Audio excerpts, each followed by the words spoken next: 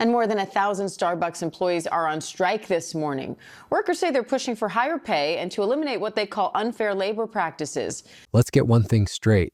Starbucks isn't just selling you coffee, they're selling you a carefully manufactured fantasy. The warm lighting, the indie playlists, the barista scribbling your name, usually wrong, on a cup like they're crafting a potion just for you. The cozy chairs, the muted colors, the handwritten chalkboard menus. It all feels intentional because it is. Every detail is designed to make you feel like you're not just buying a drink, you're stepping into a lifestyle. And while you sip that $7 latte and tell yourself it's a little daily treat, Starbucks is pulling off one of the greatest business sleights of hand in modern history. This isn't just a coffee shop, it's a psychology lab, and you're the experiment.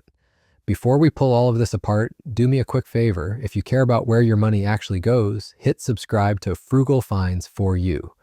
This is where we break down the tricks, the traps, and the little treats that quietly drain your wallet all year long. Now let's break it down. That $6.95 latte you're holding, it contains about $1.10 worth of ingredients. That's it. Roughly 65 cents of coffee, 30 cents of milk, and maybe 15 cents of syrup or flavoring. The rest of that price goes toward rent in prime locations, overhead, marketing, digital infrastructure, corporate bonuses, and a massive branding machine designed to convince you this isn't just caffeine. It's self-care, it's identity, it's a community, it's a status symbol in a paper cup.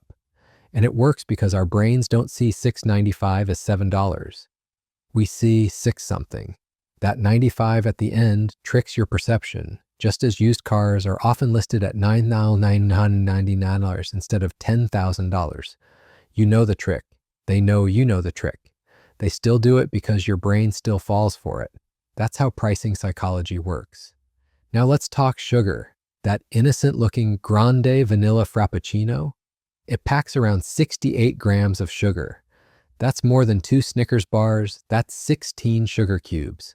That's an entire day's worth of sugar for most people, and then some. The American Heart Association recommends limiting daily sugar intake to approximately 25 grams for women and 36 grams for men. One drink, one coffee, blows right past that limit. And yet we don't question it because Starbucks calls it coffee, not a milkshake, not a dessert. Coffee, a functional beverage, right? Something you drink to get through your day. Here's the twist. Most of these drinks contain just a single shot of espresso. The rest, milk, syrup, cream, whipped topping, caramel drizzle, chocolate drizzle. It's a sugar tsunami with a caffeine whisper. And that's where the crash comes in. Your blood sugar spikes, your brain lights up, you feel wired and productive. Then, a couple of hours later, that same blood sugar tanks. The productivity boost you were chasing is gone in 90 minutes. Studies show nearly half of people who drink high-sugar coffee beverages feel more tired 3 hours after the drink than they did before. But hey, it tastes good, right? Of course it does. That's the point. The recipes are literally engineered to be craveable. Starbucks mastered the art of calling dessert coffee, charging a premium for it, and making you feel like you're taking care of yourself. Meanwhile, your energy is crashing, your wallet is lighter, and your brain is already thinking about the next one. And while we're talking about what's in your cup, let's talk about the cup itself. Those iconic white paper cups with the green siren logo look recyclable. They feel recyclable. They practically scream, "I'm eco-friendly, don't worry about it." Surprise, they're not. Over 4 billion of those cups are thrown away every year, enough to wrap around the earth multiple times. Why? They're lined with a thin layer of plastic on the inside to prevent leaks. That plastic coating makes them incredibly difficult to recycle in normal facilities. Less than 1% of Starbucks cups actually get recycled. The rest? Landfills. They can take decades to break down. Starbucks knows this. They've known for years. But instead of fully overhauling their cup system worldwide, they give you a 10-cent discount if you bring your own cup. 10 cents on a $7 drink. That's like someone handing you a napkin after setting your wallet on fire and calling it help. And how many people actually bring reusable cups consistently? A tiny fraction of customers. The vast majority of us grab the disposable cup, take the pretty picture, and toss it when we're done. Multiply that by millions of customers every single day, and you've got a planet-sized problem tucked neatly behind seasonal promotions and feel-good slogans. Speaking of promotions, the next time you walk into a Starbucks and see a sign that says something like, "Our goal is to reduce waste by 30% by 2030. Remember this, cup production is still rising, stores are still expanding, sales are still growing, the math doesn't add up, the message sounds good. The reality, billions of cups are still being produced, sold, and trashed, while you're told that by buying from them, you're somehow part of the solution. This is what Starbucks does best. They package indulgence as necessity, disguise dessert as coffee, and turn eco-conscious language into performance art, all while pulling more money from your wallet and more energy from your body. And it doesn't stop with cups and sugar. Let's talk about loyalty, because at Starbucks, loyalty doesn't mean what you think it means. You probably imagine it's about being rewarded for being a good customer. You spend, you earn, you redeem, you play fair, they play fair. Right? Wrong. What Starbucks built isn't just a reward system, it's a behavior-shaping machine with whipped cream on top.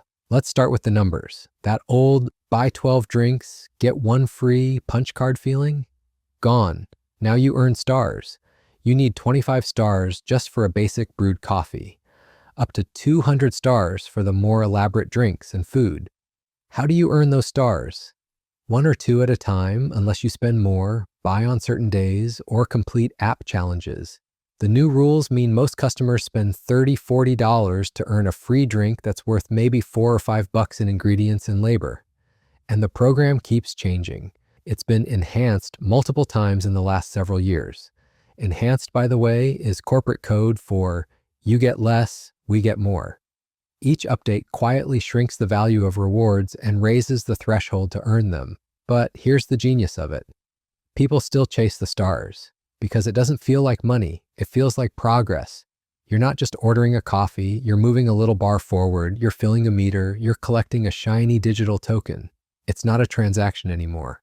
It's a game. Welcome to Starbucks gamification. Every tap of the app, every mobile order, every double star day, every personalized notification. Hey, visit us 3 times this weekend for 60 bonus stars.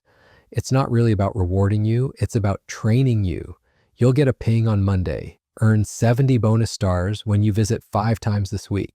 Translation: spend $35 or more to get maybe $3 worth of perks. And people still go for it.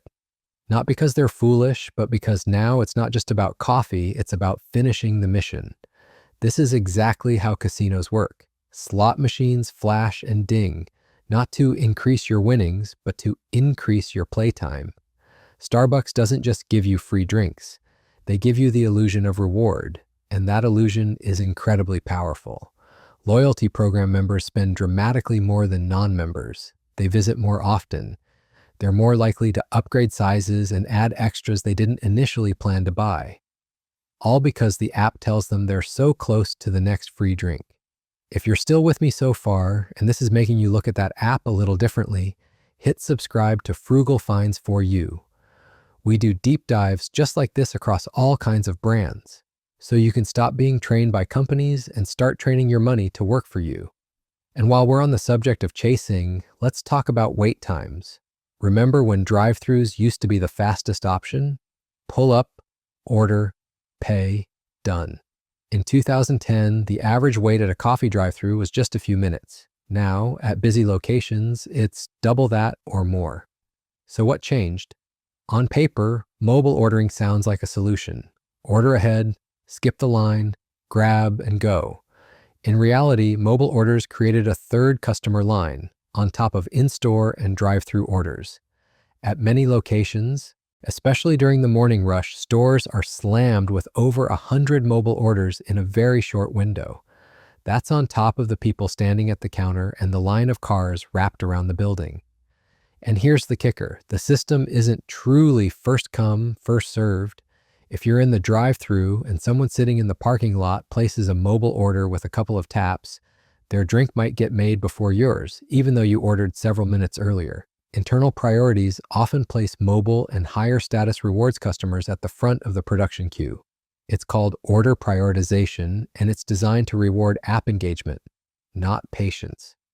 Baristas have a name for the chaos, the rush hour bottleneck, 3 queues, 2 blenders, 1 espresso machine, 0 sanity.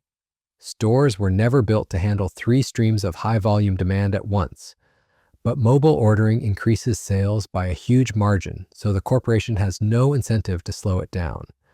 Here's a wild behavioral stat. After about 3 minutes in line, most customers have already mentally committed to staying. Even if the wait time doubles, they rarely leave. That's called a queue commitment threshold. Starbucks knows this, so as long as they don't push your wait time into absurd territory, they can pack more orders into every hour and still keep you there. Longer waits, more drinks sold, more add-ons are upsold while you stare at the pastry case. You suffer, they profit. And while you're standing there waiting, you're surrounded by seasonal hype. Enter the pumpkin spice latte, Starbucks' nuclear weapon of limited-time marketing. Introduced back in the early 2000s, it now generates hundreds of millions in revenue each year. For a while, the original recipe didn't even contain actual pumpkin, just spices, flavoring, and syrup. People still lined up like it was sacred. Why? 2 words: artificial scarcity.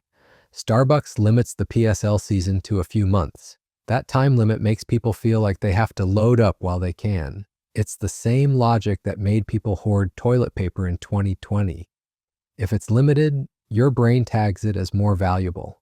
During PSL season, fall-themed drink sales jump dramatically. People drive out of their way for it. Some go to multiple locations trying to find it in stock early. The drink becomes less about taste and more about identity. In blind taste tests, people rated the same drink significantly higher when it was served in a Starbucks cup compared to a plain cup. That's the power of branding. Put a fancy name and a green logo on hot, sugary milk, and suddenly it's a lifestyle. So you've paid your $7, earned a few stars, waited twice as long as you used to, and now you've finally got your drink in hand. Let's take a step back from the marketing glow and look behind the counter, because the people making your caramel swirl PSL are living a very different reality from the one you're buying into. The average Starbucks barista earns around low to mid-teens per hour, depending on region and tenure. Meanwhile, Starbucks as a corporation brings in billions in annual profit. A single busy store can generate hundreds of thousands of dollars in revenue per year. Yet a full-time barista might take home around $25,000, $30,000 before taxes if they even get full-time hours. And that's a big if. To qualify for benefits, employees often have to hit a certain weekly hour threshold. Some stores are notorious for scheduling workers just below that, week after week, 19 and a half hours, just shy of what they need. Then add in erratic schedule changes, short notice for shift swaps, and customers who act like no foam is a legally binding contract, and you've got a burnout factory. Turnover rates at some locations are sky high. Whole teams come and go within a year, and these are the people expected to keep up with a 3-channel order system, seasonal drink chaos, and the constant pressure of corporate metrics. 8 drinks a minute during peak, 3 customizations per drink. Smiles on faces, tips not guaranteed. Now, let's talk about the misspelled names. Ever wonder why your Jessica became Jassica? Or your Mike turned into Mike? It's not always random incompetence. Some internal conversations have suggested that the funny name on the cup increases the chances you'll post a photo of it on social media. You laugh, you post, you tag Starbucks. Free advertising, free reach, free cultural presence. All from a Sharpie and a deliberate mistake. And while we're on the topic of what's really in your drink, let's address one of the strangest facts of all. You may have been drinking bugs. Until around 2012, Starbucks used cochineal extract, a red food dye made by crushing tiny beetles, in some of their strawberry and pink-colored drinks. It's called carmine. It's FDA approved. It's widely used in the food and cosmetic industries. And it's frankly gross if you weren't expecting your breakfast to feature ground insects. After a wave of public backlash because beetle frappuccino doesn't sound super appetizing, Starbucks promised to switch to plant-based alternatives like lycopene. But it took consumer outrage to make that change, and the fact that it was there in the first place tells you a lot about how opaque the ingredient list can be. Most people never read the fine print. Most people never ask. They just assume strawberry flavor means strawberries. Even now, the ingredients aren't exactly winning purity awards. Think ordering almond milk makes the drink healthy? Think again. Most commercial almond milks are mostly water, sugar, and stabilizers with a tiny percentage of almonds. You're paying extra for the feeling of health, not necessarily the reality. Want oat milk? That'll be another upcharge. Oat milk is often cheaper to produce than dairy, but the surcharge generates hundreds of millions in extra revenue each year. The plant-based breakfast sandwiches, the one with the fake sausage and egg, they often have only a marginal calorie difference from the regular version, plus a longer list of unpronounceable additives. You're not just buying a food choice, you're buying a marketing narrative. Even drinks labeled light or skinny come loaded with artificial sweeteners, which can fuel cravings, confuse your appetite signals, and keep you chasing that sweet taste all day. And if you think decaf means zero caffeine, think again. A 16-ounce decaf at Starbucks can still contain up to about 30 milligrams of caffeine.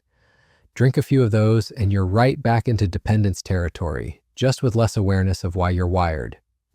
Oh, and about that caffeine dependency, it's not just real, it's strategically reinforced.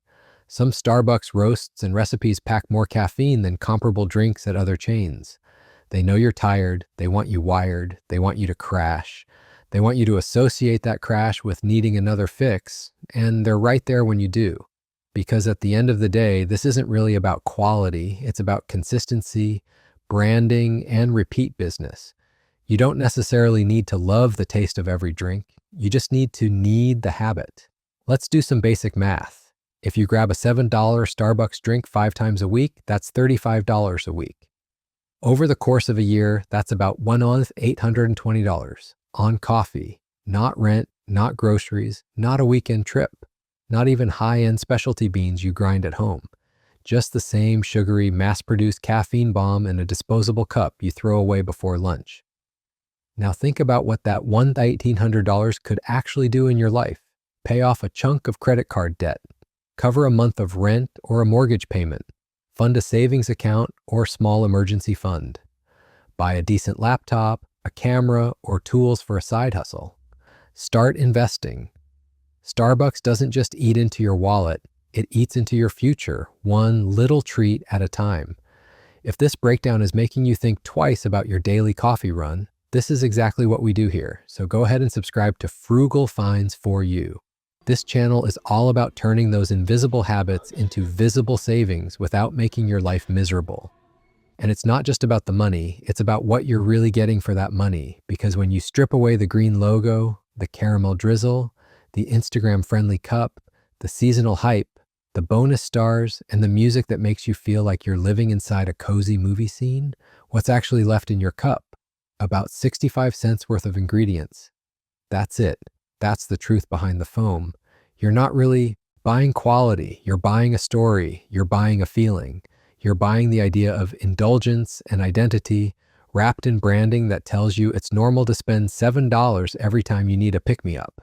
At Frugal Finds for You, we believe smart spending isn't about never treating yourself. It's not about guilt. It's about understanding what you're actually paying for and making sure the things you buy are moving your life forward, not holding it back. Whether it's Starbucks, Walmart, Target, Costco, or any other giant brand, the rule is simple. If it looks like a treat but quietly drains your bank account and wrecks your energy, it's not a reward. It's a trap. So the next time you're standing in line, scrolling your phone, wondering if you should treat yourself to another round of liquid dessert, ask this instead. Would I still want this if it didn't come with the foam art, the green logo, and the loyalty stars? If the answer is no, you just saved $7 and took one small step towards spending smarter. If this breakdown opened your eyes, hit that like button, drop your never again order in the comments, and make sure you're subscribed to Frugal Finds for You, where we call out the nonsense, break down the truth behind everyday spending, and help you keep more of your money in your own pocket. Until next time, stay sharp, spend smart, and don't get frothed into overspending.